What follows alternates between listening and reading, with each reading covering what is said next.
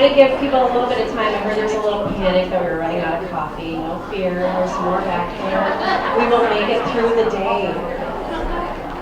All right, welcome. First of all, I want to welcome Early Childhood Special Ed for joining us today. We're happy to have you with us. As you know, typically our winter, quote unquote, even though it doesn't look much like winter right now, is usually focused around some aspect of equity, and today is no exception to that. So we're looking forward to hearing the message for the next couple hours. Just a couple housekeeping things. One, I know the women, we've kind of found the bathroom already, but in case you don't know, it's just down the hall right by the doors where you came in. The early childhood teaching assistants, if you could stay and meet in the back, meet Jenna in the back after this morning, that would be great. Let's see what else. Oh, the flags on your table, they have some significance. Each one of those flags represents a student in our ABE program and where they came from originally. And I'm sure there's no exception that pertains to all of our students here in 196. Also, I would like to thank the Fund Squad and the Equitable Access to Programs teams. They are the people who put today on, so let's give them a round of applause.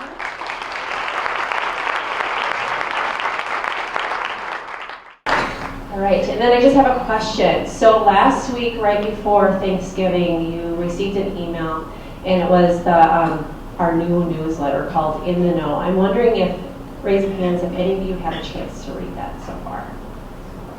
Great, great. And then we're always looking for feedback of things that you'd like to see. Those of you who were able to read it so far, you saw that we highlighted a couple people, 3 people. We're going to do that every single time. We might ask one of you for a fun recipe. Little story, my naughty mix is a different name, but we call it naughty mix in our house. There's a cake named that same way. All right, so let's get started. I would like to introduce Jane Grutman. She's the Executive Director of the International Institute of Minnesota, which is a nonprofit organization that helps refugees and immigrants access the services they need to become fully contributing members in our community. Her 26-year career at the Institute includes public advocacy for new Americans, development of top-performing, nationally recognized programming, including the Aspen Institute, Department of Labor, and Huffington Post, and helping to move the Minnesota workforce to an embracing place for new Americans so that they can maximize their talents and their dreams. Please welcome Jane Grutman.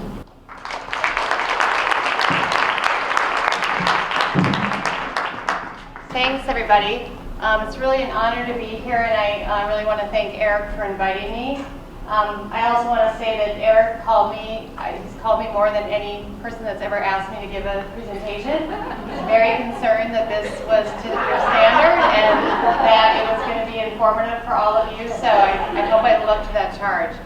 So again, thank you for being here. It's such a beautiful location. I'm a city dweller, so it's really great to get out here and see some trees and green. So I'm going to jump in because we have a lot to cover today and a lot of material for this presentation. And as Kia said, I'm from the International Institute of Minnesota, and so I'm going to start the presentation just a little bit talking about the Institute, and then we're going to do a little bit of an icebreaker. I know some people hate icebreakers, I hate icebreakers. But I think it will help us to set some context for the conversation that we're going to have. And then you're going to listen to me talk for about an hour. I want to keep it as informal as I can. It's a little bit harder in a big group, but just feel free to ask questions during that because I think that makes it more interesting. So a lot of information. I'm going to talk about sort of a little bit about what's happening internationally, what's happening nationally, in particular with the refugee program, and then bring it back to what's happening in Minnesota. So at the International Institute of Minnesota, well, before I start that, I just have to say, this is one of my favorite pictures. This is at our agency. It's a picture of our nursing assistant graduates, with the exception in the middle in the brown suit from Anna King. She's got the white name tag on. She's our nurse instructor. So this is a graduation. There's 11 people in this picture, and they're from 11 different countries. And so that's just a coincidence. It's one of our nursing assistant graduate days.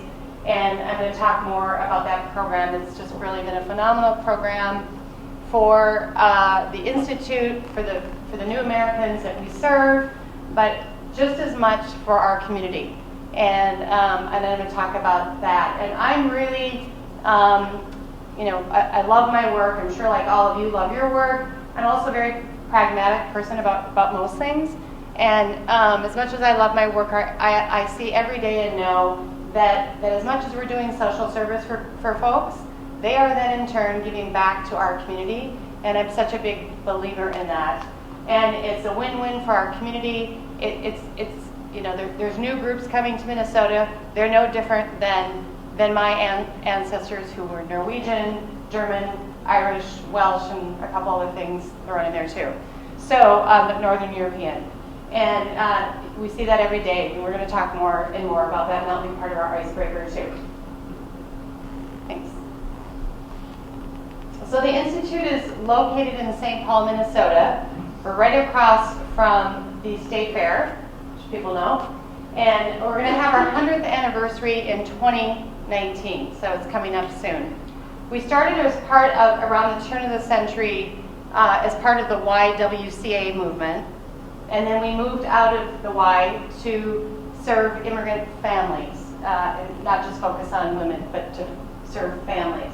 So we have a national office in DC, the U.S. Committee for Refugees and Immigrants, and they do work with our resettlement program, which I'm going to talk about more, and then advocacy and work with the federal, the Congress and the President, and I'll talk more about that too.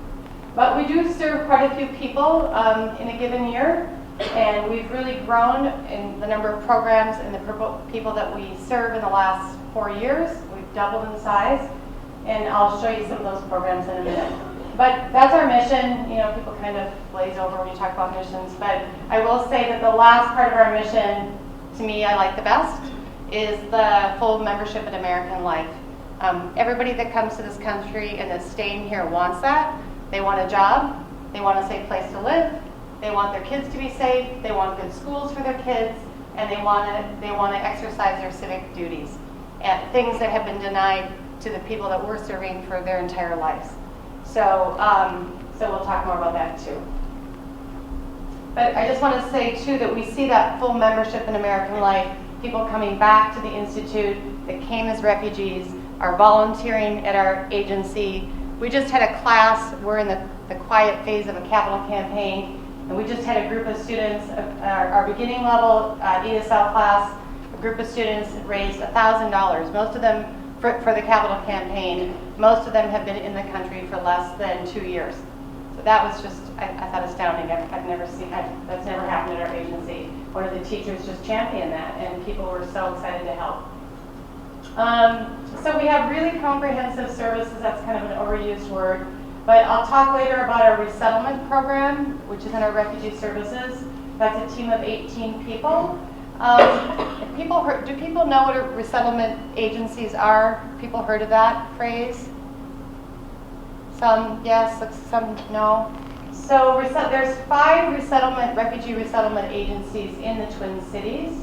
The Institute is one.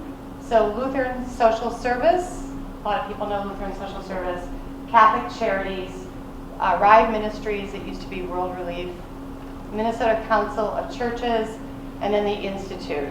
So we're the only non-denominational agency, which doesn't mean anything anymore, because all of us serve all refugees, no matter religion, no matter where people are from. So that's sort of meaningless. But that's important because they're the 5 agencies in Minnesota that are resettling all the refugees that come here. And I'm going to talk about that program quite a bit. But important to know that that's a formal program. It's run part of the federal government. It's run by the U.S. State Department. And so that's the official, when someone says we sponsor refugees, that's what it means officially, that you're working with the U.S. State Department. We have a contract with them, and each of us serve a certain number of refugees per year. And I'm going to talk a lot about that. Sorry, I keep saying that, but it's a big program. There's a lot of misconceptions about that program in the news, so I just want to really ground us in facts there. So we started doing anti-trafficking work about 5 years ago.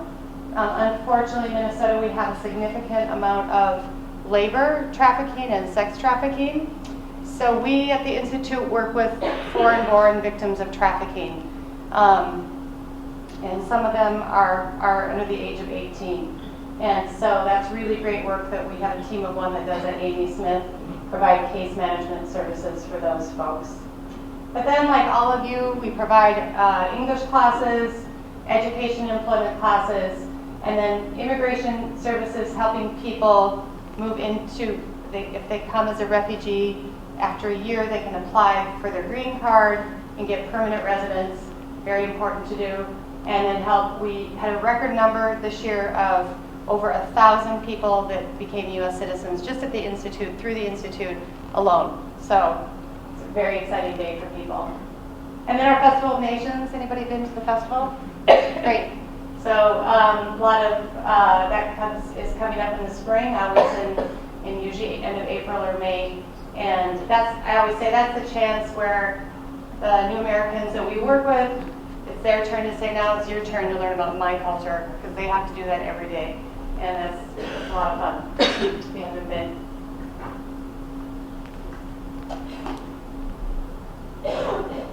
So just talking about how some of the important work that all of us are doing in this room is helping, whether it's through education, immigration services, employment services, we're all helping people build pathways out of poverty. So one of the most important ways that we do this at the Institute, and I'll just talk about this quickly, you can go to the next one, is our medical careers pathway. It might be a little bit hard to read in the back of the room, but this has just been an incredibly successful program. Started 26 years ago. I helped to start that program when I first started at the Institute. So we started with nursing assistant, and we actually started our own program on site. We have 3 nurses on staff. So people always ask, why did you start that program? So we had a lot of folks coming at that time, a lot of Southeast Asians coming to Minnesota, a lot of Russians coming from the former Soviet Union, Ukrainians coming to the Institute, and they had a lot of medical background. Some of them medical doctors, some of them nurses. So we would send them to our local community colleges, or community colleges close to where they lived. And we would find over time, they would come back to us and say that they failed the course. We're like, wait a minute, you're a doctor, you're a nurse, how could that be? So I think you all know, probably can figure out what happened there, because we've learned a lot in the 26 years that I've been in this work, and we've come a long way. But people were going to community colleges, and the nursing assistant training was 2 days, 2.5 days. And now at most community colleges, it's 4 weeks. Our program is 11 weeks and 8 weeks, depending on people's English level. But we really, really worked hard at designing this program. So it's integrated instruction with a nurse and an ESL teacher. And I'm just really happy to say that we've been doing this for 26 years, we should be good at it. And we figured out really quickly, though, that if you integrate those 2 things, technical instruction with ESL instruction, it works beautifully. But then, of course, we had to throw in support services and then workforce training, or workforce development. So working with employers in that industry, because 26 years ago in the medical field, there were not many new Americans working, especially in long-term care. So put all those pieces together, and the program has really grown. We graduate 144 nursing assistants a year. Over 90% of them get employed. Almost 99% of them, well, almost 100% of them pass the certification exam. So to become a nursing assistant, you have to take a state certification exam. And our students, all of whom speak English as a second or third language, fourth language, out-test other Minnesotans. Most of them are native speakers. It's really remarkable. And it's because the training is excellent, but it's also because our students see this as an opportunity. So folks become nursing assistants, they come back to us, and they take our college readiness classes. Because we also found out that once people made it as nursing assistants, wanted to upgrade to a nurse, and we sent them back to the community college for that, they got tracked into developmental education classes. People know what those are? Are people working with colleges here? Some people, okay. So, and we found that what happened, and now there's a lot of research about this, that people were getting tracked into developmental education, even if they missed the test score by 5 points, they would spend a year there, a year and a half, and they would completely spend their grant money, and they would get demoralized, and they would drop out. And that's not just for new Americans, that's for everybody. And the percentage of people that make it out of developmental education into their nurse course or their IT program or any program at a college is about 25%. And once those 25% of people make it into their program, even if they make it into their nursing program or their IT program, they're going to be less successful long term. And the reason is because it's too much time, and people are low income and they need jobs. So, so we started a College Readiness Academy. We partnered with the Hub Center. I'm sure people know the Hub Center, and Neighborhood House. So they all have programs, college readiness training. And everyone that takes that course almost moves right, bypasses developmental education and moves into their nursing program. And that makes a remarkable difference in their college success. So if anybody wants more information about that work, super happy to talk about that. It's really important work. So, and then we help people move into nursing. So we've had 1,900 nursing assistants become employed, and also 442 of them have moved up to become LPNs or RNs. And this is just another great example of what immigrants give back to our community. So the long-term care industry has almost 100% turnover, and our clients have a 96% retention rate at 1 year. So if you own a long-term care facility and you have 100% turnover and you hire new American graduates from this program, what's going to happen to your business model? Is it going to improve? It's going to save you a lot of money. Your patients, your residents are going to have much better care. So we have long-term care facilities that have hired 75% of their staff are from our program, because they're not doing it to be nice. They're doing it because it's good business practice for them. And that's just one of, I know, examples that you have too. And St. Paul College, can't say enough about what a great community partner they've been. We work with them very closely. All right, little guy did he make it to the end there? I don't know. He's stuck? He's stuck, yeah. Usually he gets to the end, sometimes he doesn't. All right, next. There he is. There we go. All right, so then we started 3 years ago a hospitality careers pathway. Wanted to help women who are new arrival refugees. We found that when a husband and a wife would go to employment services, that oftentimes the men got the attention just because their English skills were higher and they had more work experience. So our staff are concerned about the women that were kind of getting tracked, elsewhere and not getting into the labor market right away. So we focused on hospitality, and actually it was an idea of one of our students. And so we've had 104 people become employed as housekeepers. The average wage is about $10.40 an hour. And we've already had, this is a new program, we just started the higher part of the pathway, the advancement piece. We've had 15 people become supervisors, and then now we're working with Normandale Community College to help people move up to get a college credit and get a hotel operations certificate. So we have 6 people in that program now, so we'll see how that works. But anybody doing career pathway work here, I'm sure there are lots of people doing it. It's hard work, and it takes time to get results, but we're working on this pathway now.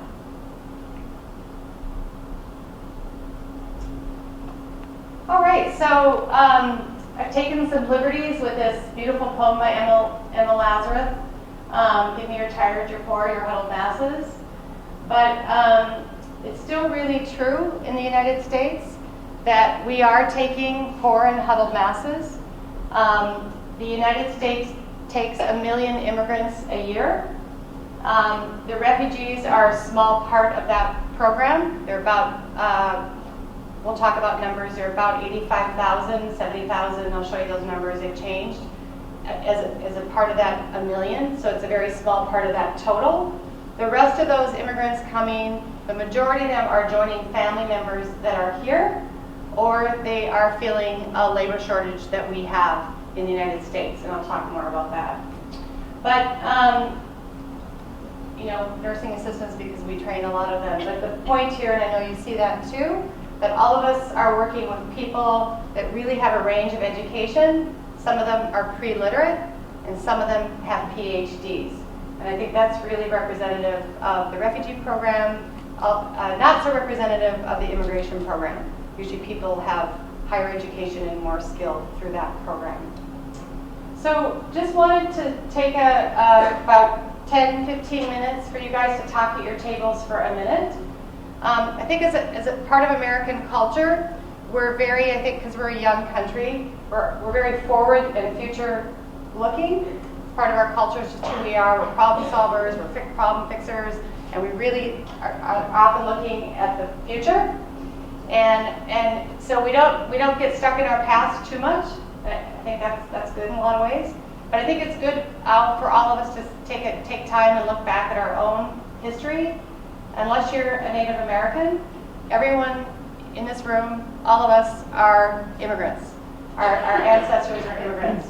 So I'm just going to ask people at their table to, in about 10 minutes, for everybody just to share who was the first generation immigrant in your family, where were they from, what was their story, and then we're just going to ask a couple people that are willing and brave to kind of share that story with the larger group.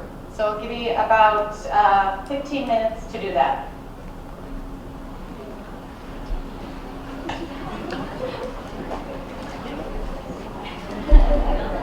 Oh my gosh. Oh, you don't know? We have journals at home. We've had family members that research this. Both sides of our family, we have booklets of family history. Yeah, we have two. So my mom's family, my grandparents,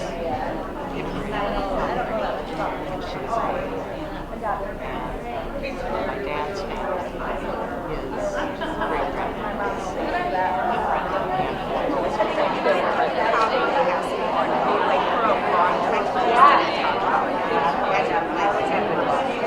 I guess he didn't know how to get up. I think they were muted, so he didn't have a way to get over the Yeah, no. And he was in the hospital for a while. And he asked a friend to show up where he was supposed to be to tell her. And she didn't know she was leaving. Right, everyone. She thought maybe he just wanted to get out of the day. Right.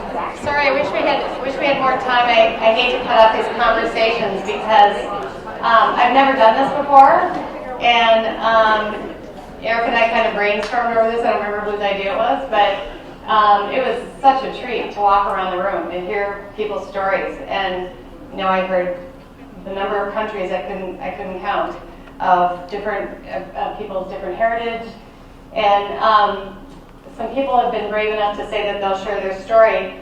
One thing that struck me that I don't think will surprise anybody is the number of people I heard say, you know, sad, I don't really know that much about my grandparents.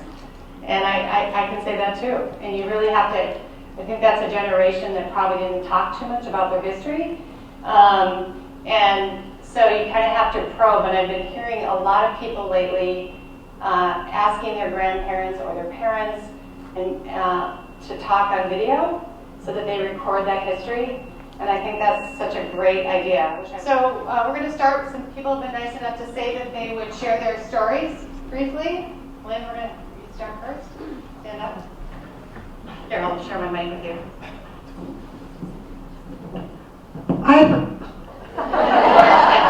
Is this better? Yeah. My ancestry is Norwegian. I love this topic because I became interested in it when my daughter had a middle school project. And I found out that it was in the 1800s that family came from Norway to my small town in North Dakota. There was a coal mine there, so there was a place to work. And then they, homesteaded and came land that way. So, and most of the people in the area came from the same place in Norway, the same southern part. And then my dad's side came from a different area in Norway. So it's an interesting topic, and the traditions, some traditions have stayed with us. No, not relations. It's on my husband's side are Germans from Russia, where the Germans went to Russia because of Catherine the Great, and they were granted land there, and they kept their German heritage and culture and did not assimilate into Russian society. And then they immigrated as conditions became bad in Russia, and they were losing their land, and they came for land in North Dakota too. Great, so that's a really typical story. And Eric and I were talking, I was reading a book. It was actually written by our executive director, about 70 years ago, 75 years ago. She wrote a book and did a lot of research about St. Paul, because that's where she lived. And it's just a really charming little book, and I read it. And it was sort of a combination of both, sort of made me feel better, made me feel worse to know that, small-mindedness and, discrimination isn't new. And so in this book, she was talking about Norwegian and Swedish immigrants in Minnesota, and talking about how much the Norwegians didn't want to dance at the Festival of Nations because they were afraid that they were going to be ridiculed by the Germans and the Swedes. So, that history isn't that far away. And I know my Irish grandmother and my German grandfather fell in love, wanted to get married, and my German great-grandmother begged my German grandfather, literally got down on her knees and wept because she loved him so much, said, "I beg you not to marry her," because she was Catholic and Irish, and that was considered a bad thing. And she said, we could never talk to you again. And so, they broke the engagement off, and love prevailed, and they ended up getting married. And guess who took care of my German grandparents when they were dying? My Irish grandmother. She took them into their home, she took care of them, she didn't hold that against them. And that is a story over and over and over again in this country. And so, I don't know, the Norwegian and Swedish discrimination somehow because it's in the past, and it's two, white people, doing that against each other, just I think is important to remember that discrimination, human beings can be great and we can be small, and it comes in all shapes and sizes of smallness. So there was discrimination back then too. So someone else has said that they would share their story. Okay, Shauna.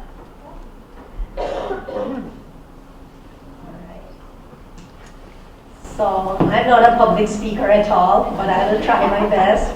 So my story is very different. My parents, I was born and raised in Pakistan, and they were, finished their higher studies in Pakistan as well. But my grandparents, they were from India, and they migrated from India to Pakistan because at that time in India, my grandparents, they used to live with Hindus, but and my grandparents, they were Muslims, so the Pakistan came out in 1947. So a lot of Muslims, they moved from India to Pakistan in 1947 and 1948. So my parents, they went to school and high school over there, and they got married, and then I have two other brothers, and I was born, and then my husband, he came here for his studies in 1988 at the age of 18 here, and then in 1996 I got married with him, so I came with him here. So this is my story so far. So this is, my parents and my in-laws, they used to come here in the United States, but they never wanted to live here. So they came and they visited and they worked here. My father-in-law, he used to work for the airline in New York, but he went back. So Rahana didn't come as a refugee, but I think that's also a misconception in American society. I think we think everyone wants to come here and live here because there's a lot of economic opportunity, there's a lot of fantastic legal protections, it's a great country, but not everybody does. People's home is their home, and refugees in particular left because they didn't choose to leave, they had to leave. And most all of them, their goal when they come, they appreciate this country, the support, and not everyone, but a lot of them, their first goal is how are they going to figure out a way to get home. And that unfortunately doesn't happen. They end up staying for generations. Their kids become Americanized very quickly, and so it's hard for them to take their kids back. But I think that's a big misconception that we have in the broader community, not in this group probably, but in the broader community. So I also heard a lot of people saying that, as I was walking around talking about how their ancestors spoke all these languages and they wish that they could speak those languages, and why didn't their grandparents teach those languages to them? So I asked Sabrina if she'd share her story. She was talking about that issue a little bit in a different way. Okay. So half of my story is like most of yours. My dad, his grandparents, great-great-grandparents. I mean, it goes back so far at this point, I don't even know if my grandparents knew it exactly. But it was even a different last name when they came in. But my mother was, she was native Mexican. So she and her family were born in America, but came in with native cultures here. So they were part of the forced assimilation. So they were forced to become American at the time. So her first language was Spanish, and she went to an all-Catholic school as they moved in, and she was beaten if she spoke Spanish in school. And it wasn't like a nice beating, like they were beaten until they couldn't come to school, and her family picked cotton to survive. That's what they did every day. So on the days she couldn't make it to school because she was beaten, she was expected to be picking cotton. So she fled to the military to get out of it and met my dad. And so that's when we were born. And to keep us from ever feeling that, we were never spoken Spanish to at home. And once when we were older, she would try, and then at that point it was like, well, whatever. And at this point, sometimes it is a big point of contention, like, why didn't you? Well, I was protecting you, so it's a big thing.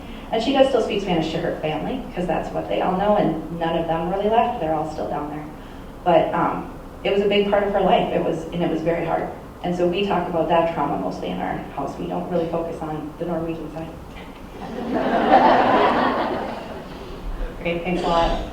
Yeah, I think that's one area where we've made progress in our country is we see being bilingual, well, some people see it as being a good thing, but I still think it still amazes me in a country as sophisticated as the United States that everybody in this country isn't bilingual at least. It's taken us longer to get there than I thought it would have. See, next, I think someone over, is there someone at this table? Yeah.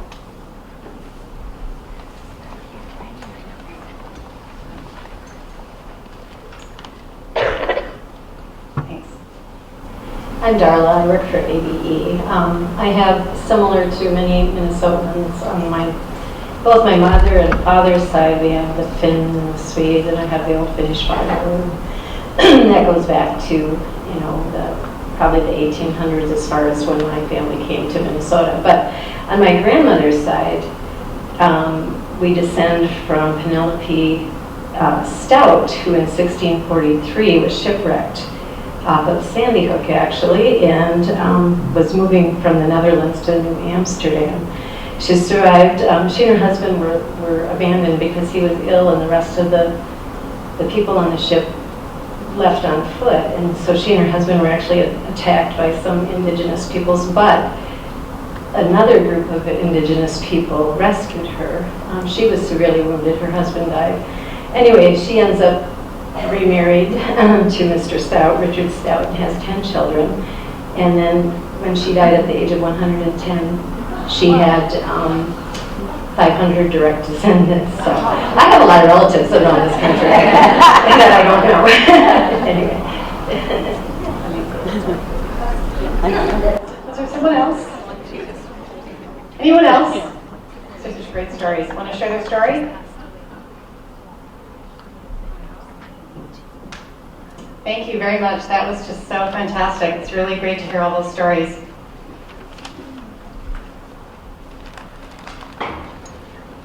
Thanks. I have a daughter who's in 6th grade, and I'm so glad they have a whole entire unit on immigration. And they're just doing such a great job in exploring that topic, and they're taking it very seriously. Because I think those stories that we all have are just great for kids to learn. I mean, I think the buzzword now with kids is resilience. And talk about resilience. There's no better story than the immigrant story to explain to our kids about resilience, which I think that's a lesson a lot of our kids need. So we can go to the next slide. So I'm going to start now getting into talking about a little bit of the influencing factors in the refugee program, also influences in the bigger immigration program to the U.S. But we'll bring it back down to Minnesota in a couple slides here. So, next.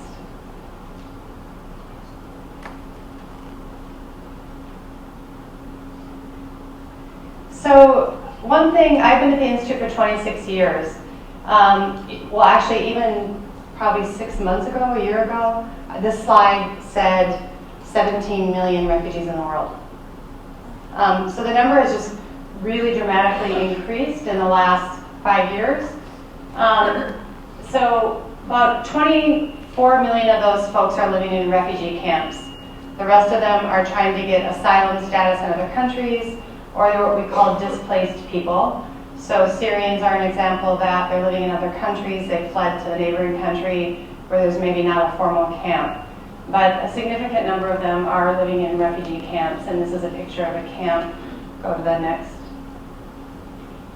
So people here working with Karen refugees? Probably not in this area, not such a large population. So Karen refugees have been the first or second largest population probably for the last decade coming to Minnesota.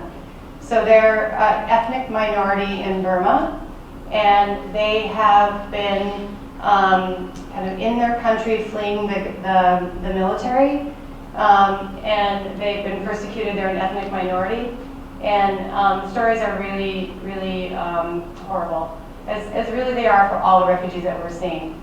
And you're going to see this in a slide later, but one of the most other dramatic changes in my work, in our work, is that 26 years ago, 20 years ago, when refugees were coming to the Institute and to Minnesota, the average stay in a camp that we saw was 2 years to 3 years, occasionally 4 years. And now the average stay is 17 to 18 years. We say 17, but I think it's getting closer to 20 years now. So that time has doubled. So what do you think some of the implications of that are? Yes, oh, absolutely. I have a couple slides on trauma, additional trauma. Yes, we've come to learn, just like all of you, our clients spend a lot of time with us over the years going to different programs. And just a couple of years ago, we finally realized that every woman that has been in a refugee camp has been raped. And that's just, I think that's really important for people to know. And it's just what happens in camps, pretty much everywhere, in all the camps in all the world. And some camps are better than others, and I'll show you some more pictures in a minute. But Karen, this is a picture of Karen refugees fleeing their country, Burma, and making their way to Thailand. So they're making their way, traversing a river with their belongings. So what I always want to point out to Minnesotans about this picture, we assume everybody can swim, and nobody in this picture can swim. So this is a fairly large river. There's a current. We hear stories from Hmong refugees of people drowning, children drowning, people couldn't swim. So the stories of all refugees, the way they get from their home country to a refugee camp, I think those, all the trauma they've been through, those are the stories that are probably the most painful for them, because they've lost grandparents, children, parents along the way, and they're just very harrowing experiences.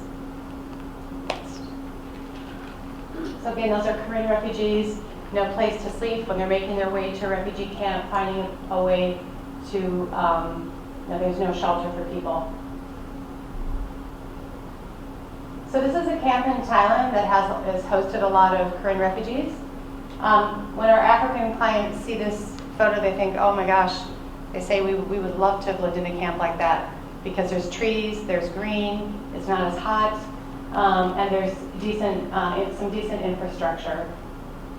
Again, 20 years ago in the camps, especially in Southeast Asia, there was more funding for camps, there were schools, there were English classes, there were really decent orientations before you made your way to another country. All of that has changed. It just doesn't exist anymore. How many people here are working with Somali refugees? for Ethiopian refugees. Okay, so a lot of them have been living in this camp, Dadaab refugee camp.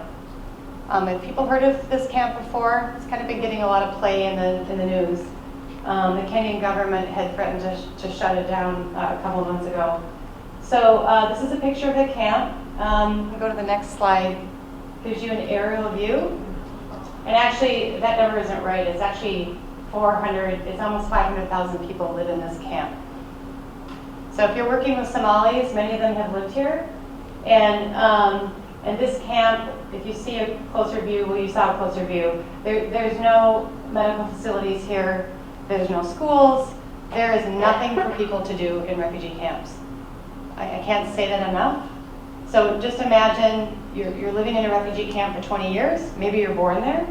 You get on an airplane, you go to Europe, you come to the United States, to a very fast-paced society that really values independence and technology and other things like that.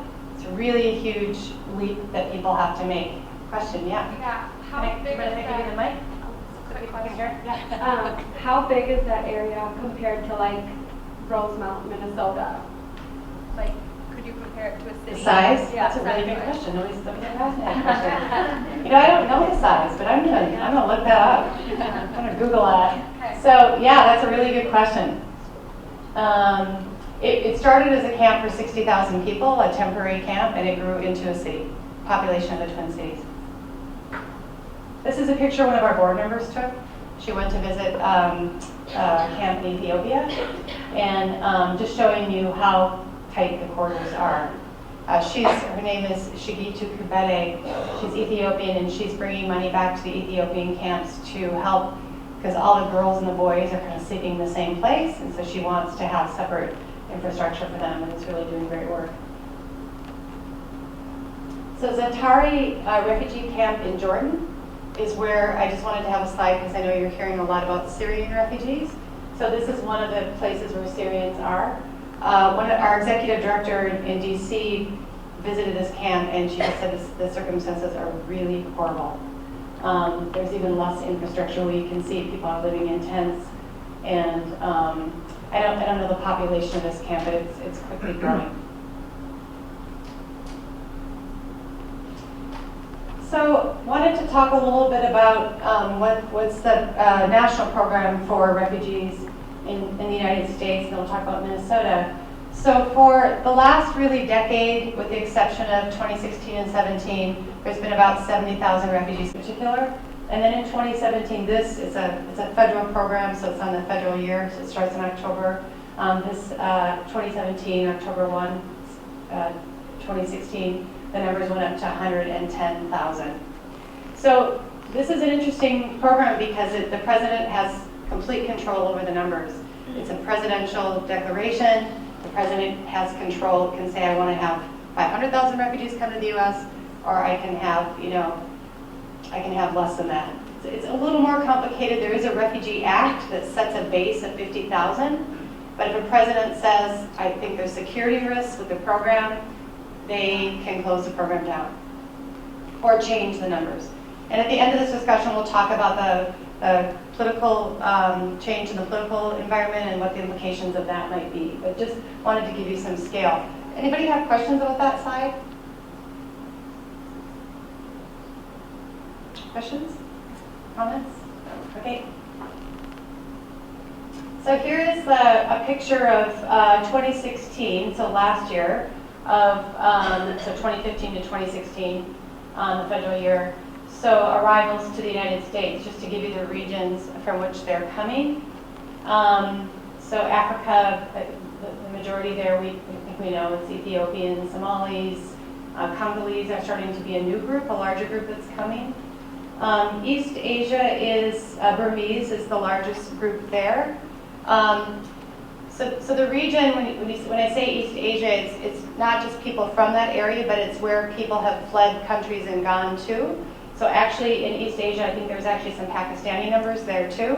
They're not from that area, but have made their way to camps there. In Europe, a lot of the folks are some still from Kosovo and some from the former Soviet Republic. Latin America, the largest number there was Colombian, actually. I was really surprised by that. And that number historically has always been low, the number of refugees coming from Latin America. Sometimes that number is even lower than that. And then the Near East and South Asia, so that's Syrians, probably the largest group there, Iraqis. The Iraqis is an interesting part of the refugee program. They're getting resettled because they have a special status. So Iraqis that help were on contract with the U.S. military, a lot of them interpreters and other things, they were able to get into the refugee program because of that. And that's actually an interesting phenomenon. Doesn't happen that often. And the U.S. military is actually a big champion of that program. They're the ones that have really been promoting it because they had relationships with these people. They know that if they stay there, they'll be killed because they were helping the U.S. military. So they've really been big advocates for Iraqis and Afghanis also that helped them in their duty. All right, so that's kind of the big picture of what's happening in Minnesota. So that it's always interesting to kind of get grounded in facts, I think. So even though Minnesota has a very small foreign-born population, 8.5, 8.3%, so that surprised people. People think that was higher than that. I think most people usually think it's a higher number. It's really quite a small percentage of our population. But one thing that's interesting about Minnesota is that of that total immigrant population, I'll call it 500,000, we have a large part of that immigrant population is refugees. It's the highest proportion of refugees to immigrants in the nation. I'll talk more about that too. And 20%, so a pretty significant number, are fairly new to the country and to the state. So 100,000 refugees in Minnesota. That's not the exact number. It's not too far off. I couldn't get the exact number because the numbers from last year were put in there, so I just added them in. But it's not far off. Maybe a couple hundred difference here or there. But in a given year, so if there's 100,000 refugees in Minnesota, in a given year, about 2,000, a little more last year, come a year. That's been true probably for the last decade. And then, do people know that phrase, secondary migrant? Do you know? So Minnesota is unique. We have the largest secondary migrant population. So that means that, let's say I'm Somali. I came to Minnesota from a refugee camp. I wanted to come to Minnesota because that's where my family is, my community is. But all the resettlement agencies said we were at capacity, so we couldn't take any more refugees. So I had to go to Pennsylvania. And so I got resettled there. I got picked up at the airport by a resettlement agency, got on a bus 2 days later and came to Minnesota. So that's, and what's unfortunate about that is the resettlement services that they receive do not follow them. So there's as many secondary migrants, that's what's really important here. There's as many secondary migrants, they're Somali and Karen, that are coming here and they have no service because they've left the state in which they were resettled because they should have been resettled here first. Does that make sense to people? Okay, it's a little confusing, but we have the highest number of secondary migrants in the country, and that's just because of the large populations of Karen and Somalis coming to the U.S. All right. Oh, and then this is just a map of the regions from which people came last year. The refugees that the Institute resettled in from which countries they came or from where they came. So you can see it's a little hard to read. So back, the Somalis were the largest. Burma, Karen refugees were second. Last year it was the reverse of that. Growing numbers of Congolese coming, and then the Iraqi numbers are quite small. I think we did resettle, I'm not sure why that's done. Oh, because the Institute didn't resettle any Syrians. I think last year there were maybe 6 or 10 Syrians total that came to Minnesota as refugees. It's not a big community here. So, sorry for all the words here, but a lot of people ask me, how do refugees get screened? What happens in the camps? So you see all that list, it's a pretty complex process. So they have an interview with the United Nations. Then if they qualify, they can apply for refugee status, and then the UN can grant that to them. So then that's for all refugees. Then if they have to apply to the US for resettlement, and then they have to have lots of interviews and security clearances. So they meet with the US State Department. They have 3 background checks. They have in-person interviews with Homeland Security. Could be 1, could be more than that. Then they have a medical screening.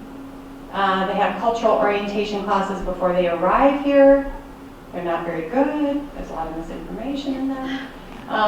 And then they're matched with a resettlement agency. So the Institute would be one, the Catholics, Lutherans another. They then have another security clearance, and then they have a final security check at the U.S. airport of entry. Yes? Is that, like, do they try to keep families together, or how does that work? Yeah. Do they really try to keep families together, or is that per person, or how does it work with children? That's a good question. So the question was, do they try to keep families together? And yes, they do. You're going to hear, I'm going to show you a video of a Somali woman, and this is really typical. We're seeing this more and more of single women coming with their kids. And in Somalia in particular, there's just more security clearances for men. I'm just going to say that. It's the truth. So sometimes the husbands come later. But yes, by and large, they try to keep families together. But we are seeing more and more of that. Also, a lot of single women, as the wars go on longer, women who don't know where their husbands are. They were at the market one day, and you're going to hear an announcer talk about that in a minute. And then there was a bomb, and they got disconnected from their husband, and they made their way to a camp, and they don't know where their husband is. So, but yes, it is a goal of the program. And a lot of the refugees that are coming are joining family members here. So a lot of steps. This process takes about 2 years for it to happen before people get in that queue. Once they get their refugee status from the UN, it takes 2 years to get that process underway. So I don't know what more vetting people can do, but I think we'll be hearing about that.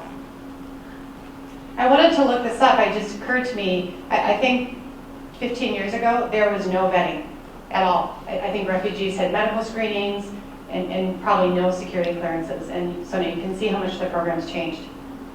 You said it takes 17, 20 years in the camps. At what point do they take a long time to even get to the point of doing the interviews? Yeah.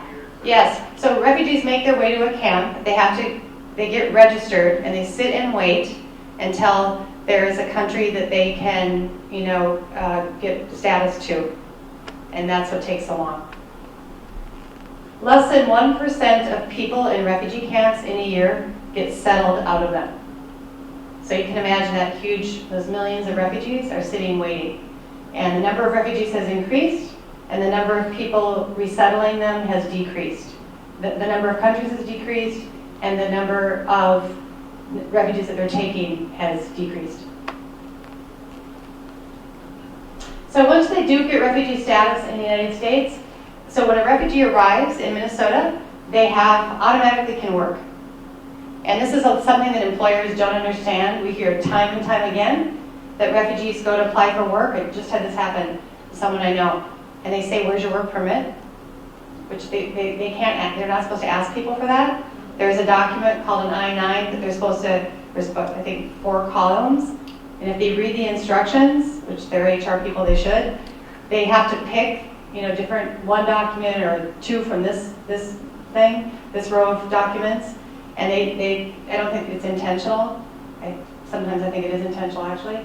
But they are really not following U.S. law. But all refugees, just so you know, have work status. Even if their work permit's expired, they have the ability to work. Refugees have that ability from the moment they set foot on American soil. Refugee status is valid. You can stay in the United States for your whole life on refugee status. We don't recommend that. We recommend that after a year you apply for your green card. Just gives you more legal protection in the country. And then after 5 years, you can apply to be a U.S. citizen, which in Minnesota most refugees do. And refugees are no different than any of us that are born here. that they're eligible for public benefits. The same rules apply to them. And I'm sure all of you hear this too. They pay the same amount of taxes we do. They're not exempt from that. There is no difference. There is no difference. As I always say, the IRS discriminates against no one. So they'll take taxes from everyone. Even folks that are undocumented are paying a lot of taxes that go into the federal coffers, and they don't benefit from that. They can't collect that, through Social Security or anything else.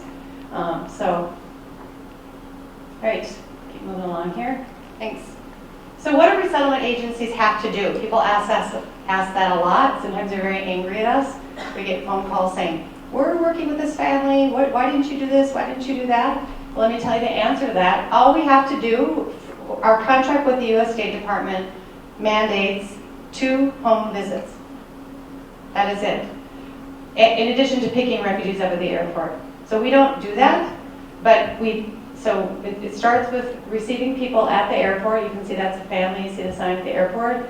And we greet people in their native language. We have staff that speak their language. And then our staff have found them housing before they arrive. And our staff pick them up, take them back to their apartment. There's a warm meal that's ethnically appropriate.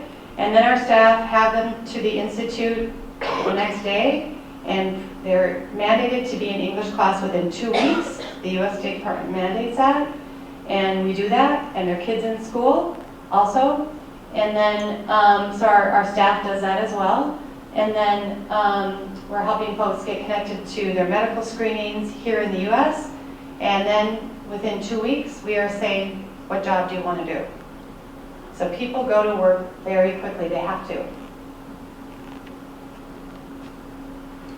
All right, and then we spend a lot of time connecting people to services that they need, getting them their Social Security card. It's very intensive work. And then we provide cultural orientation. I think people ask me a lot, why didn't someone learn this? Why didn't someone learn this? We're giving people so much information that you cannot process all of that in a 3-month time. So it just takes time for people to learn. So this is a quote that I just think is so true of what we see. People come to the United States, and I think our grandparents were the same way, and they think that the streets are paved with gold here. I can't say this enough. People come, and I was giving a presentation at a corporation, and there was a young man from Somalia in the audience. Very sophisticated guy, very highly educated, spoke 4 languages fluently, got education in Europe and here. Very, very sophisticated young man, had a very high-level job at St. Jude Medical. And he was in the audience, so I said, is what I'm saying true? What were your expectations? And he stood up and he said, nobody told me I was going to have to get a job. Nobody told me I was going to have to work when I got here. So everybody in the room, of course, was thinking, well, we're all thinking, well, duh. Of course you're going to have to get a work job. But I'm just telling you, people don't know that. There's so many misconceptions about how wealthy everybody is here, and just, I can't say enough about that. So the expectations are really unrealistic. And family members here don't tell people how hard their life is, and that they're living in poverty, and that the first year is very tough because people are in camps and they don't want to worry them. So really unprepared, and I talked about the fast pace and all the technology. Really pervasive mental health issues because of the long stays in camps and all the trauma that people have experienced. Again, the implications for parents, for kids, are just great. And I think a lot of that stuff doesn't come out until after people have been here for quite a bit of time. But everybody how many ESL teachers are here? Okay, a lot. Okay, great. So I was an ESL teacher, and all the ESL teachers at the Institute and here in this room, they are the people that are the first people. Well, case managers too for resettlement, but they're only with them for a short time. ESL teachers are refugees' lifeline. I cannot say that enough. And you're there to teach English, and you are showing people that there is someone that cares about their story. And again, I can't say that enough either. We live in our world at the Institute, and you guys in our ESL facilities that we have in ABE, we live in our world. Outside of that world, a lot of Americans don't ask people, gosh, what's your story? Where are you from? How did you get here? And so that initial relationship and contact that refugees have with you it's maternal, paternal, whatever you want to call it. It is so important. I can't say that enough. I mean, we have a gentleman on our board. He said the first ESL teacher that he had at the Institute, he said, I will never forget her as long as I live. And we hear that all the time. And that's because people don't have a community always here. And that the English, of course, is very important. But that lifeline that you're giving people is so critical to their integration and success here. So I just want to say that is so important. All right, we're going to hear from Nasra.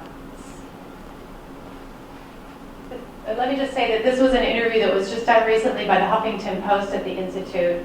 And this is Nasra, and she's been in the country for less than 6 months.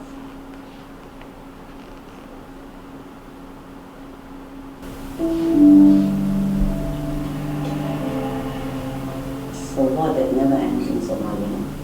I lost my husband. We were on the way there. The journey starts always, never stop. I've got 2 sick daughters. That's for the autism daughter. It was very hard for me to find her for school. Hospital is there, but sometimes it's not the good hospital we're looking for.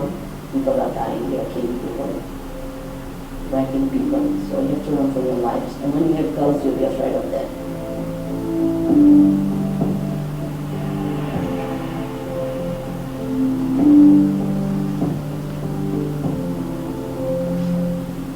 I stayed nearly for 4 years there. Things were not always good.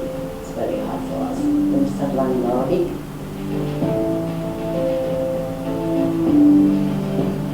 it was the worst 2 I've ever seen in my life. We see people running from Syria to Turkey. We start running for our lives. Me and my children, we start again, refugee in Turkey, 2012. If you don't speak Turkish, you never get anything there. So we start again to learn the language. As a refugee, you're not happy.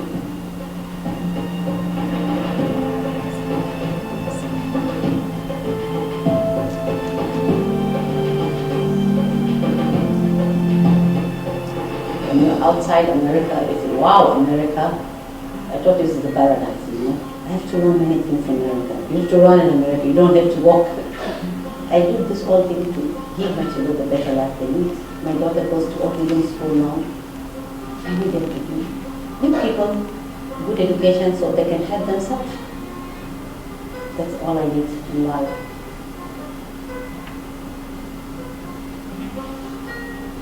I thank to God I'm here. But I always think about my friends in Yemen, my friends in Syria, my friends in Turkey. If any country can take refugees, please help them because they need help. Everybody deserves to have a good life. So when somebody is in a good hands, always must think about his brother. Home to me is a place, there is no war. I feel I'm American now because at last I can breathe. Nasra's been here less than 6 months. I have no idea, going from country to country to country, trying to learn the language, how she speaks English as well as she does. I don't know. She's an amazing woman, and she, I don't know if you could hear, she has a child that has scoliosis and a child that's autistic. And this is just such a great thing to see in the refugee program. I think the child who's autistic is 7 or 8, I think. Never been to school, and she's in school now and so happy and learning, and just to see that transformation in people's life is really incredible. So I met Nasra for the first time when they did this interview, but I've heard a lot about her from one of our staff who's helping to provide case management services for the family. It's just remarkable how you move to 4 different countries in less than 5 years and try to learn the language with 6 children. 8 children actually, And in the U.S. refugee program, if your kids are over 18, you can't bring them with them. You can maybe later bring them. It takes time. So she's left two of her children behind and hopes when she becomes a citizen that she can sponsor them to come. So an really amazing woman. And I just love how she says, oh, you know, well, yeah, it was kind of hard. My life has been a little hard. And she's such a great spokesperson for the Institute and for the community. So I wanted just to spend a little bit, why do people come to Minnesota? So I'm going to ask you guys the question, probably most of you were born here. Why do you stay in Minnesota? What are the reasons why you stay here? Or why do you live here? Family? Jobs? Sorry? Education? Sorry? Parks? Libraries? Yep. Public resources? Healthcare. Healthcare? Right, good. So let's go to the next slide. So it's the same reason that refugees stay here and come here. So the Somalis, Hmong also, there were Hmong refugees that were resettled here, but then a lot of them left California in the early 90s because of the affordable housing in Minnesota, which isn't so affordable anymore. But so all those practical reasons that we stay here, that we put up with the winters, is the same reason that refugees are here. They hear that Minnesota is a great place to raise their family, that there's good education, that it's safe. We hear that a lot, that they heard that Minnesota is a safe place. We actually do hear that they hear from their relatives that Minnesotans are friendly and welcoming. So I always say they vote for Minnesota Nice as opposed to Minnesota Ice. And but we hear that a lot from people. But also in Minnesota, we're very lucky that we have very solid adult basic education funding in the state. A lot of states don't have any ABE funding or very little. It makes a huge difference in the life of new Americans here, refugees and immigrants. Also, Minnesota has a lot of homegrown foundations who really give back to the community, and that makes a huge difference. So we can provide career pathways for people. There's great public service here. And I don't mean public benefits, I mean public service, nonprofits, adult basic education classes. Doesn't exist everywhere. Somebody mentioned jobs, the economy. As you all know, we're very lucky. People have we have a very diversified economy here. So when there's a recession in the United States, Minnesota usually is the state that is ranking the best or has the lowest unemployment because of how diversified we are. So that means that, you know, like all of us, people need jobs. And they hear that from their relatives in other states, or they hear it in refugee camps actually too. But family is the number one reason, just like it is for all of us. So we've talked a lot about trauma, but I think we're seeing more and more families being separated for long periods of time, which is very hard. If you're a single parent, you know what that's like. And people are resettled into poverty. They're not going into grand jobs when they first arrive, even if they're very qualified. That all takes time to happen. I think, too, as you all know, constantly interpreting a culture can be very exhausting. And I'm sure in all of your programs we talk about culture, what does it mean to be American, but you can't explain all of that in a classroom. And I think if you go to the next slide, maybe to the next slide. Sorry, next slide. That one. Just want to give this example of how nuanced cultures are, every culture is. So this is, we had a nursing assistant graduate. She was working at a long-term care facility, actually close to the Institute. This was probably 15 years ago at least. And she was a young Ethiopian woman. They loved her. She was a great caregiver. And so she was at work one day, and it was an election day, and she said, "Oh, Mrs. Johnson, she was just coming to work, and she said, "Oh, Mrs. Johnson, oh, I voted. So she saw that little sticker on her residence shirt, I voted. So we're very proud of that, right? We're very proud of her. We did our civic duty, we advertised that, put it on our shirt. So then she said, "Oh, Mrs. Johnson, oh, yeah, it's election day. Who did you vote for?" So It's okay to wear a sticker to say I voted, but do we ask people who they voted for? No. Also, I mean, in this country, if you're a refugee or an immigrant, you usually come from a country where you cannot talk about the president, the king, or whoever's there because you can be put in jail. So the fact that in this country you can say you think the president's an idiot, you think the president's stupid, you think the president's the greatest thing, you can do that and not go to jail, is not something our clients trust. So you can see how confusing that is for people. So this woman who was working there, Mrs. Johnson's family was standing behind her, and they were very upset that she asked that question to their mother, and she was sent home from work for a week because of that. This was almost 20 years ago. So we've come a long way, but it just is an example of we cannot arm everybody with all the cultural knowledge they need. So people run into those, we hear those stories a lot of misconceptions that have happened. So maybe just head back to that one. Let's see, let's go back. All right, so we all know about how New Americans benefit the community, but so one thing Eric wanted me to mention is there's a big study that was just done by the Academy of Science, Engineering, and Medicine, very heady title. It's a very big book if you want to order it. But one thing it says is that immigrants in the United States in 2016 and before and after are integrating more quickly than immigrants ever have in the history of our country. So I just don't think that's the message that you're hearing in the media, but this is a study this big with all sorts of documentation about how and why that is. A big part of it is English is a universal language. American culture is very infectious. It's all over the world. And so people know more about the country before they come in certain ways they do. So it's just happening faster than it ever has. And I don't think that people know that.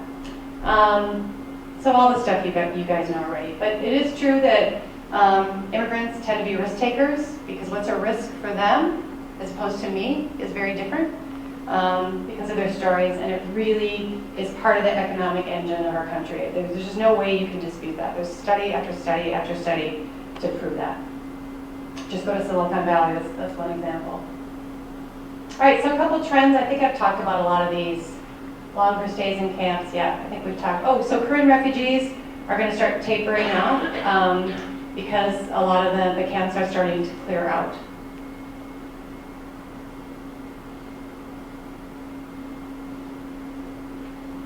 So I don't know if people have any questions of things that they're seeing at their site about trauma or things in their classroom that anybody have questions about any of this slide? I think I added that second part, how does it affect day-to-day life?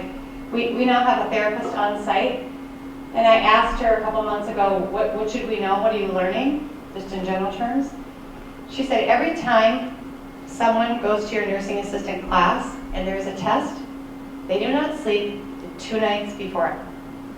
She said for every client that she talked to in our program, that was true. So we forget that too, even though we do this work every day, that when there's a test, that's their future, and people are terrified. So it just reminds us of how we need to be patient and we need to help people with test anxiety. We've had some great volunteers help us do that.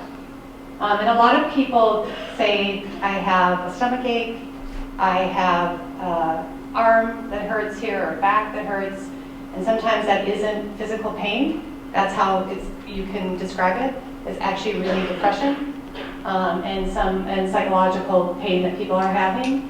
But in some cultures, that's not acceptable to talk about. So people talk about it in terms of physical pain. So it's just something to be aware of.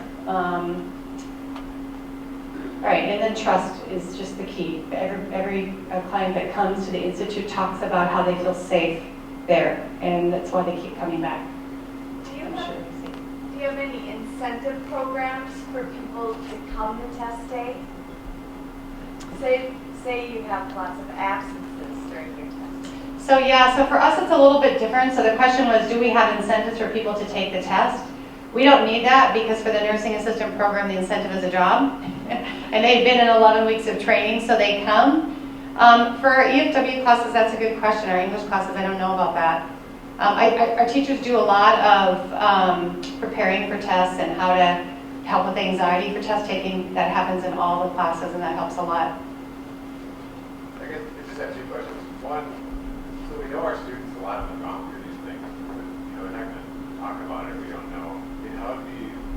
What's the best way to build the trust? Maybe be aware of it, but it's not going to come out necessarily.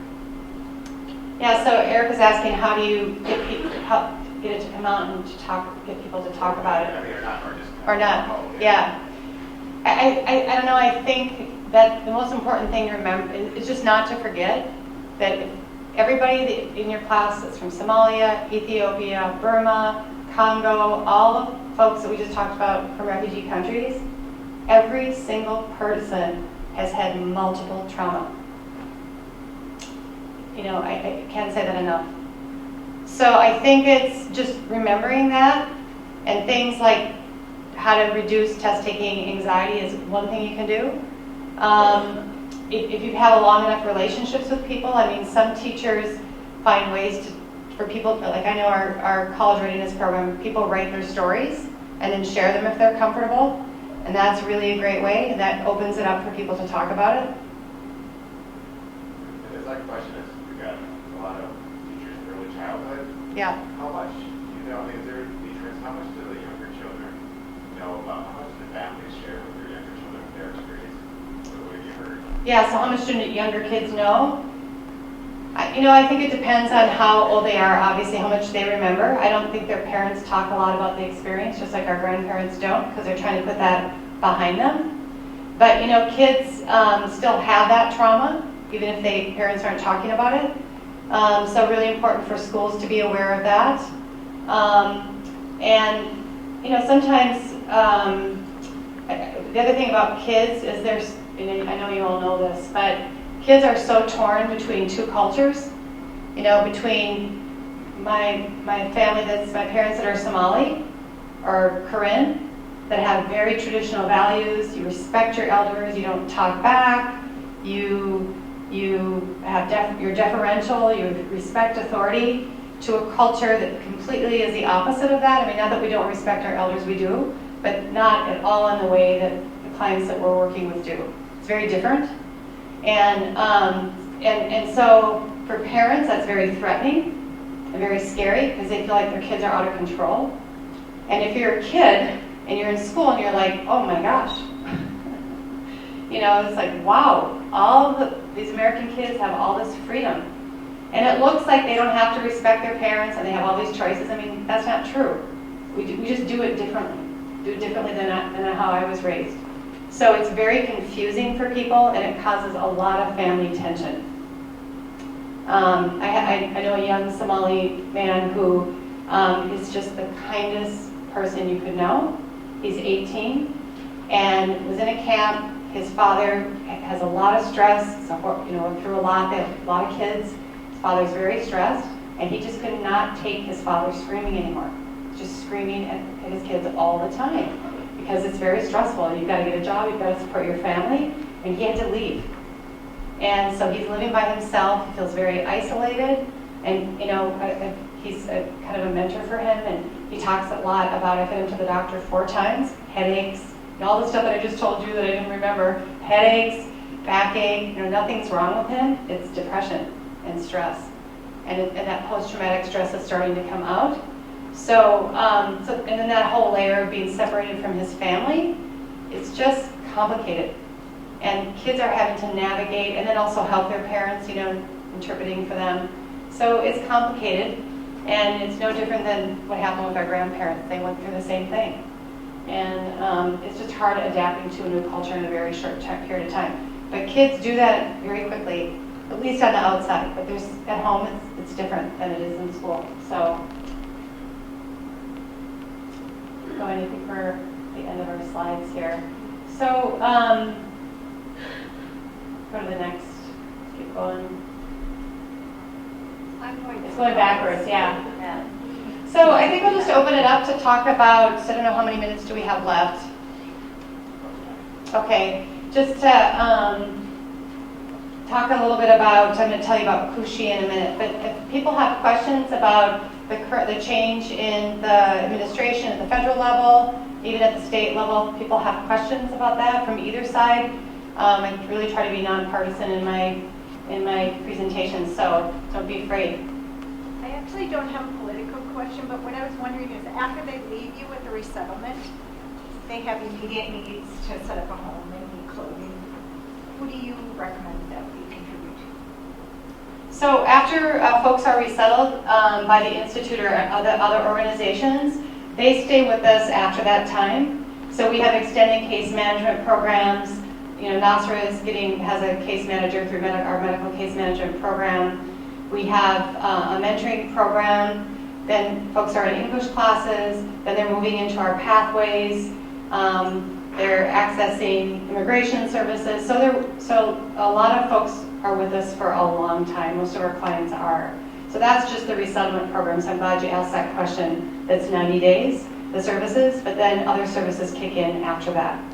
So if we contribute clothing or household items, send it to you? Sure. We take clothing, or if you want to donate a gift card to a big grocery store that's in most neighborhoods or a Target. You know, people need diapers for their kids, all sorts of practical things that people need.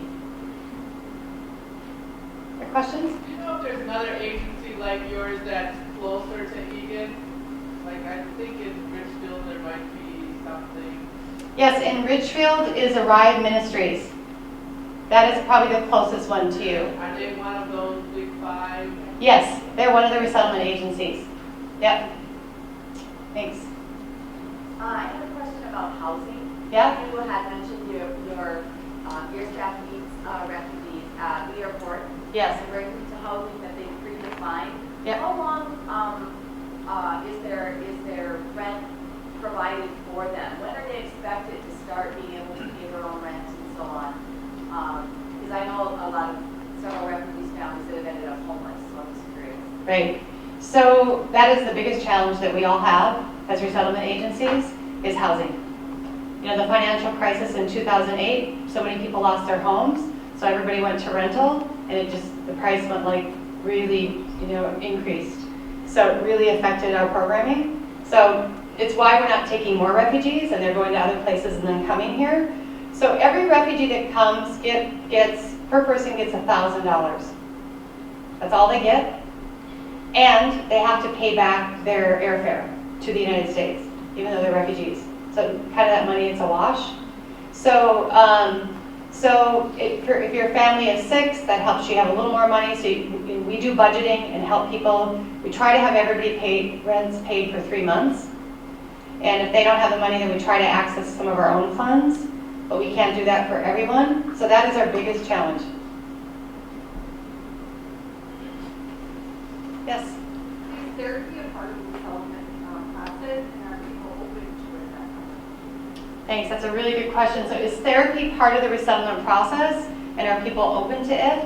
So no, it's not part of the resettlement process. We got a therapist through a grant that we've had for 2 years, so we're so glad to have it. We call it stress management. We don't call it therapy, and that helps a lot. Again, we had to learn that. We should have known that. You get in your work and you forget. But we do, I would say that a lot of people are open to it eventually. But in the first year, they have so much they have to sort out that they're not ready for it in the first year. But once they are here longer, then people, at least at our site, are accessing our therapy on site. But it's a new concept. And in a lot of cultures, it's very taboo, just like it was here. And so people are still making that, they're still making that journey like we have with therapy and what that means. Yes? I'm wondering with the change in administration, if people are afraid and how, what the next 4 years is going to look like. So I think you missed the first part. The change in administration. So yes, people and our people are afraid. I'm sure other people are hearing this too. Our clients, our refugee clients in particular, are saying, a lot of our Somali clients thought they were going to have to go back, just because Muslims have been mentioned a lot, and so yes, they were very scared. So refugees can't be sent back unless they've committed a felony, and then they can be. There's a few other stipulations, but for the most part they can't. They're here legally. So just reassuring people about that. So if you have refugees, you can say that. Unless you commit a felony, you can't be sent. That's a permanent status. So, but yes, people have been very scared. I think it's a lot better for us now. I think if you're working with undocumented populations, that's not the case. And people in DACA, do people work with DACA? So they were here, they're undocumented. The Obama administration started that program. They registered with the federal government, and then they were able to access college education, etc. And so now they're registered with the government. They took that risk, which is a risk, and now they don't know what's going to happen with the program, what's going to happen to them. So there's just a lot of fear. So the one thing I try to remember, just because there was a lot of rhetoric on both sides and it sort of made your head spin, I've never heard the president-elect say he wants to disband the refugee program. He never said that, as far as I heard. He has said, he hasn't said that he isn't going to allow Muslims in the country, I don't think, but he has said, at least with refugees, he has said that he wants to have extreme vetting, so I don't know what that means. And I think he's making the case that Muslims are a security risk, some of them. So I think that's a concern for us. 60% of the folks coming to Minnesota are Muslim, Iraqis, Somali, other places. So that's a big concern for us. And I think, I think in Minnesota, Somalis, people are focusing on Muslims, and people like us are concerned about them because they are being targeted with language, at least at this point. I think any new immigrant group to this country, I just remember when the Hmong came, and we weren't used to having a lot of Southeast Asians in Minnesota. I mean, the things that people said, some people said, very few people said, were horrible things too. So it takes us a while to adapt to change. But I do think with Muslims, if you cover that's a symbol, and you're vulnerable. And I think after September 11th, we had some really horrible things happen to Muslim women. And one of our clients was walking to school, and a car started driving toward her like he was going to hit her, and didn't, but just wanted to scare her. So I think we're getting more and more educated, but I do think for Minnesotans, I try to think, I do this work, I work with Muslims every day. Not everybody does that. So I understand, it's new, it scares certain people. Why don't Somalis want to integrate into Minnesota? Why don't they want to be like us? Well, they said the same thing about the Hmong, they said the same thing about Ethiopians, they said the same thing about the Vietnamese. They really did. So, but I do think there is a difference in that if you're a Muslim woman in particular, people know you're a Muslim woman if you're covered. So that concerns me. So I think all of us have to make sure that people are really grounded in facts, and that the best thing you can do is for people to meet Muslims. And Nasra's a perfect example of that. She hasn't even been in the country 6 months, and she's already calling herself an American. People aren't getting that message. Yes? Can you yell? With all the different refugee camps and all the people that are waiting, how do they get chosen? How are you picked? Is it a lottery? Is it first come? So how are refugees picked? Because there's so many in camps. There's 3 different categories. Probably the biggest category is family reunification. So you have a family member here that came as a refugee, and now they're sponsoring you to come. But there's also, you can be an individual. We have it's called P1, P2, and P3 categories. And so you make your way to a refugee camp. If I'm an individual, I sign up with the UN and I wait. But if you're Ethiopian or Somali or Congolese, there's a program for you. There aren't for other groups that aren't coming to the US. They might be going to Europe or other countries. So you just get in line and you wait, and then you have to pass all that screening. besides, like family, like if a family sponsorship, how are decisions made about where refugees go within the United States? Yeah, so it's complicated, but a lot of it is also family driven. So, and for example, like the Karen refugees are a big population here. So a lot of the Karen want to come here. They say that in the camp. I want to go to Minnesota because my community's there. And then if we can accommodate that, we, the resettlement agencies, they come here. But one thing that's really changed now with the Syrian crisis, so many Syrians are going to Europe, and they're not getting processed in the same way a refugee does through a refugee program in a camp in another country. That's starting to happen. So, but they would have larger numbers now, even though some of them aren't formally refugees. So that's changed a little bit. But historically, we have the largest number, but not per capita. I think Somali community is the biggest community of refugees served down here. Do you see any trends? Do you expect maybe the current population moving outside of St. Paul or anything, or what can we expect in this area? Yeah, so what I see happening with refugees is, the Karen population is a lot newer than the Somali population. So I would say it usually takes, I'm going to say like 10 years for people to start moving out to the suburbs.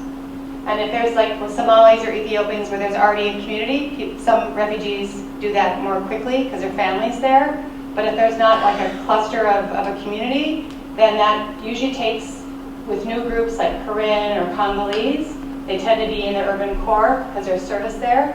But then, they want to move to the suburbs too. So that probably will happen with time. Do you have many Hmong in this area? Not so much, yeah.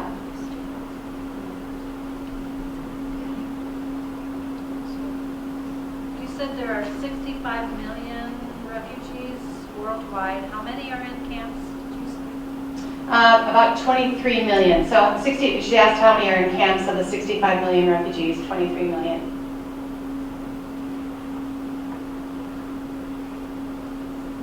What other states besides Minnesota have programming? A refugee programming? Right, yeah. So every state, sorry, is that what you meant? Yeah, like this type of program. You said some don't have the adult basic ed. Yeah, so every state is mandated to have a refugee coordinator in their state office. So they have to have that. And it doesn't mean that they have to take refugees necessarily. But most states do, some more than others, as you know. And then, but it just depends on the state. It really varies. I know Iowa a couple years ago didn't have any adult basic education funding. Now they do. So that's a neighboring state, very different than your experience if you come to Minnesota, but they still have refugees and they have other services. So it really varies a lot.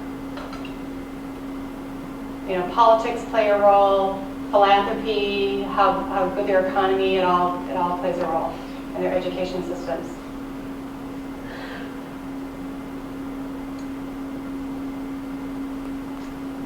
So, any other questions? I do have a question. Yeah. For all the people that are in those refugee camps, when they come into the camp, is there like a database that kind of keeps track of them? Like John Doe arrived on January 1st, 2017, and then do they get out of the camp sooner if they have family over here? So how is the process that gets them to come here? And then that long checklist, do they immediately start with that? I mean, I would guess that some people maybe go to that camp and end up dying there because if it's 17 years, 20 years for them to get out. Right, so the question is, if you're a refugee and you make it to a camp, how do you get prioritized for when you leave the camp? And do some people never get out of the camp? So yes, some people never get out of the camp because, as I said, the average stay is 18 years. So if you arrive to a camp, first of all, if you're coming to the U.S., there's already infrastructure. There's the United Nations. There's the United States, if it's a camp where we're taking refugees from. The State Department has an infrastructure where people have to get processed. So she asked, is there a database? Yes, there is. So I come to a camp, I get my name in this database, and then I wait for an interview. So how that gets prioritized varies, but if I'm Karen and there's U.S. are resettling the Karen, from this camp. There's infrastructure there, so that's there. And then I have to wait for my turn because there's other people in front of me with the very same situation that I have. So that's the long waiting game. And sometimes medical cases get prioritized, a set of them get prioritized, but not everybody. Sometimes if there's special needs with kids, they get prioritized, but that's a small percentage of the folks that are in the camps. And that's why there's the long waiting game that people have to sit through. Yeah? So when they come in, are they given an idea of, well, this could be 5 years, it could be 10 years, it could be a year? Do they kind of know when they arrive? So when do they get to the camp? Do they know? Their friends that are there are telling them, I've been here this long, so that yes, they know. Yeah. I'm wondering where their food source is in the camps. Is it NGOs or are they? It's a good question. How do refugees get food? So it really varies by region and camp by camp. So I think in Southeast Asia the camps are better. There are NGOs that are providing that service, but it's never enough food. So people are trying to get work. It's usually under the market, like in in Kenya, where Dadaab refugee camp is. People try to, if they can, leave the camp and find under, the radar work because they need to support their family, and there's not any way to make money. So people get very creative. They make some things in the camp and try to sell them, same in Southeast Asia and other camps. But it's very hard. There isn't a system for that. And the host countries don't want the camps there. Kenya has threatened to close Dadaab refugee camp for the last decade. And this last time, we really thought they meant it. And they did mean it. And somehow the U.S. intervened and was able to talk with them. But they're getting a stipend from the UN to have the camps. And, of course, that money doesn't make it go where it should. It doesn't go to the medical services it's supposed to give or the food it's supposed to give. So, because these are often corrupt countries, and they have a lot of leverage because they're like, well, we don't want this camp here, fine. If you're going to scold us, then we'll just get rid of the camp. We don't want it anyway. So it's a tricky thing, I think, for governments to negotiate with them. It's not a lot of leverage, but, the U.S. is a superpower, so we probably have more leverage than other countries, but it's hard.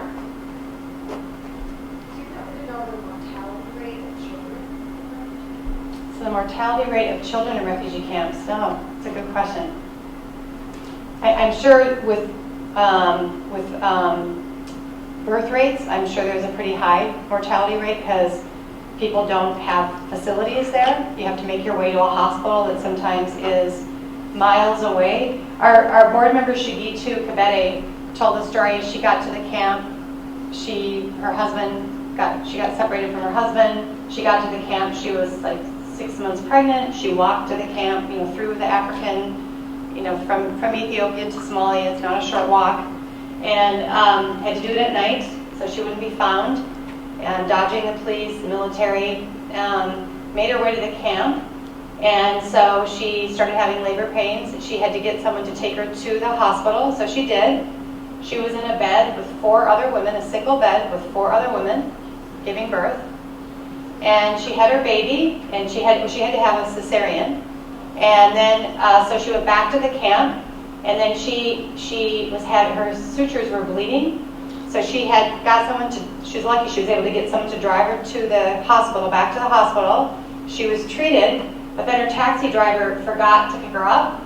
So she had to walk with her baby back to the camp and started bleeding again, and had to find her way back. So I don't mean to sound too dramatic, but these are just the stories of every single person in your class. And that's what I mean by the multiple trauma. And so she, waited. She eventually got out of the camp and went from Ethiopia to Somalia to Fargo, North Dakota in November. And what she always says when she speaks to people, she's a great speaker. She always says, "I wrote back to my family. Not only are all the people white, the whole country's white." Because she thought that there was never going to be anything green for the rest of her life in North Dakota. So that's. In terms of the mental health issues, is there any idea about suicide rates in camps? So I don't think they keep that data in the camps. I don't know. That's a really good question. So I don't know the answer to that. So those are really good questions with the health, but there's no service. So I don't think, I'm sure the United Nations and the US probably documents some of that, but they're not really documenting stuff until, they document people that come to the camp, but until they're in process.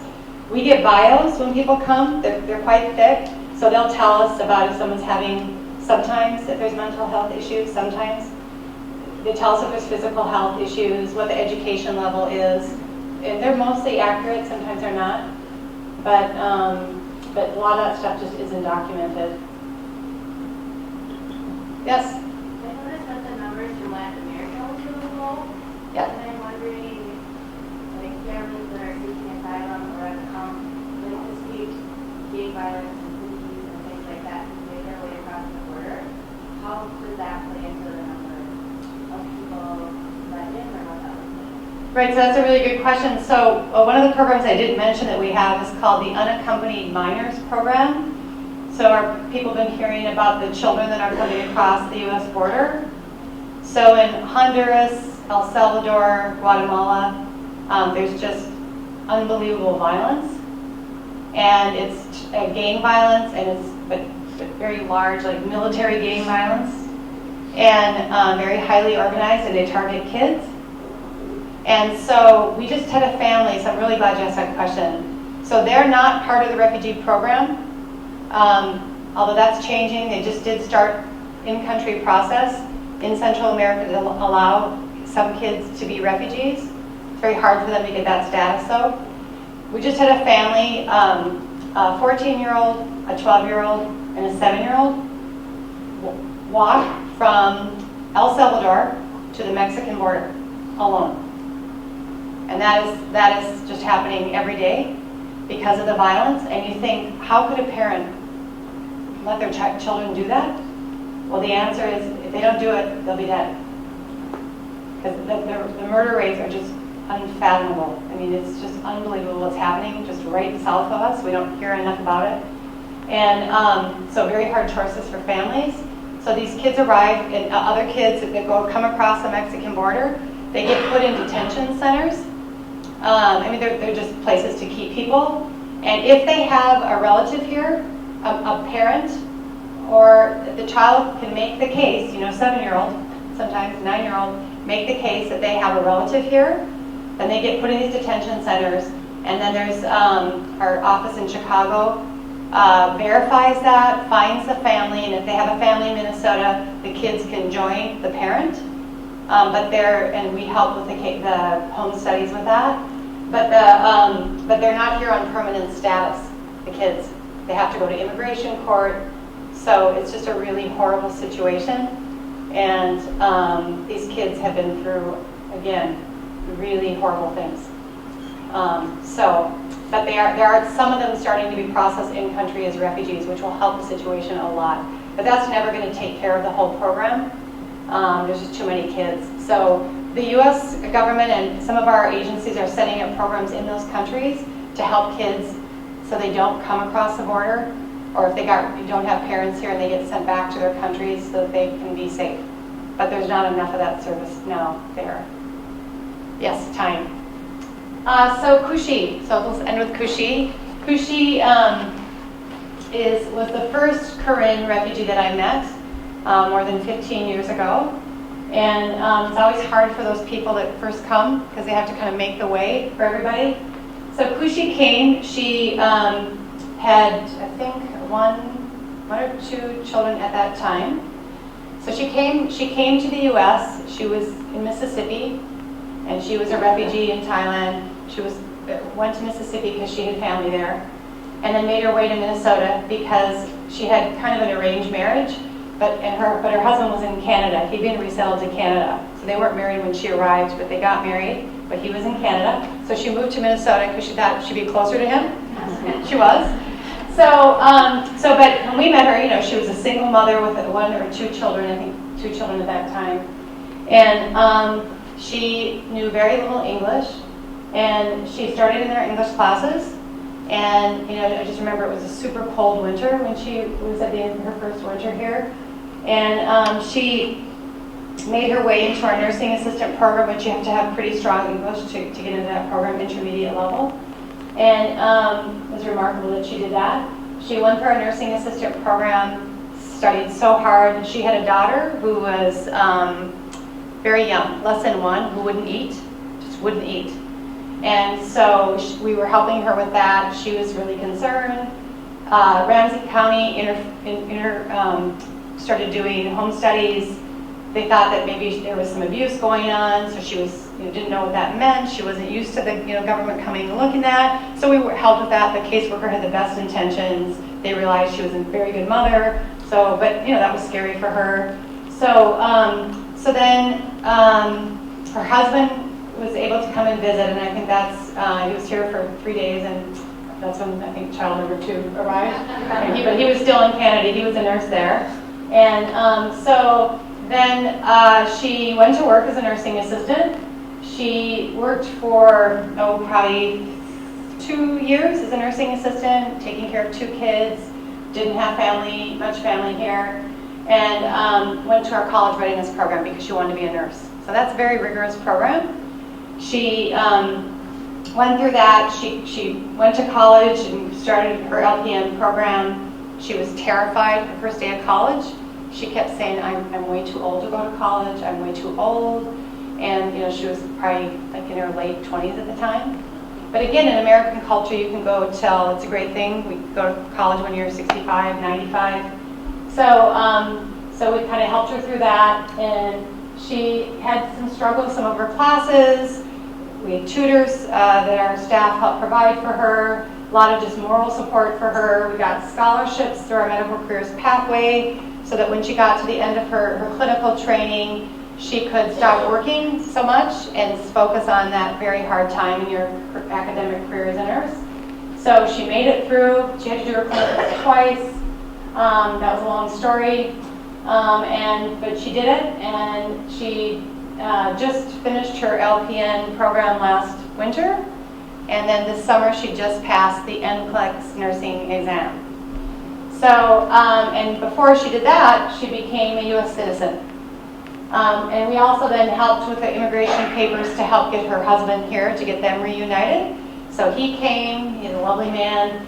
They now have 3 kids. They're doing very well. Her youngest is in kindergarten, and they're all doing great in school.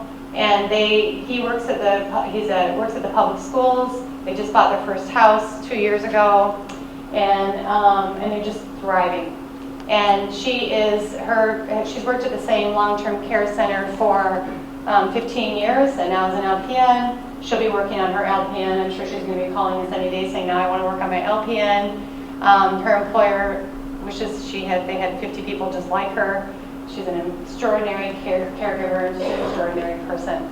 So that's a story of everybody that we see walking through our building, which is thousands of people a year, and that kind of determination and tenacity is remarkable in human beings, and I think that's why we're all here doing this work, because we get to see it every day. So thanks everybody. It's a lot of information. I really appreciate your questions, and I hope I lived up to your expectations there.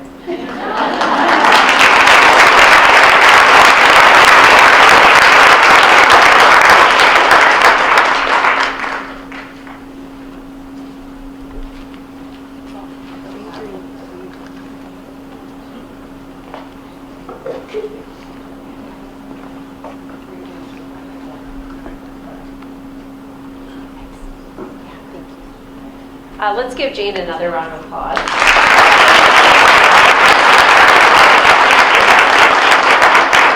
I hope you enjoyed this morning. I know I learned a lot, and I got a little teary at times thinking about some of the stories that people are, things that people have gone through just to come here and have a better life. So to think about that on a daily basis with all of the families, regardless of whether they're refugees or immigrants, any family that we're working with, let's remember that we're all human beings and show love and compassion towards one another and just make this a great place to be.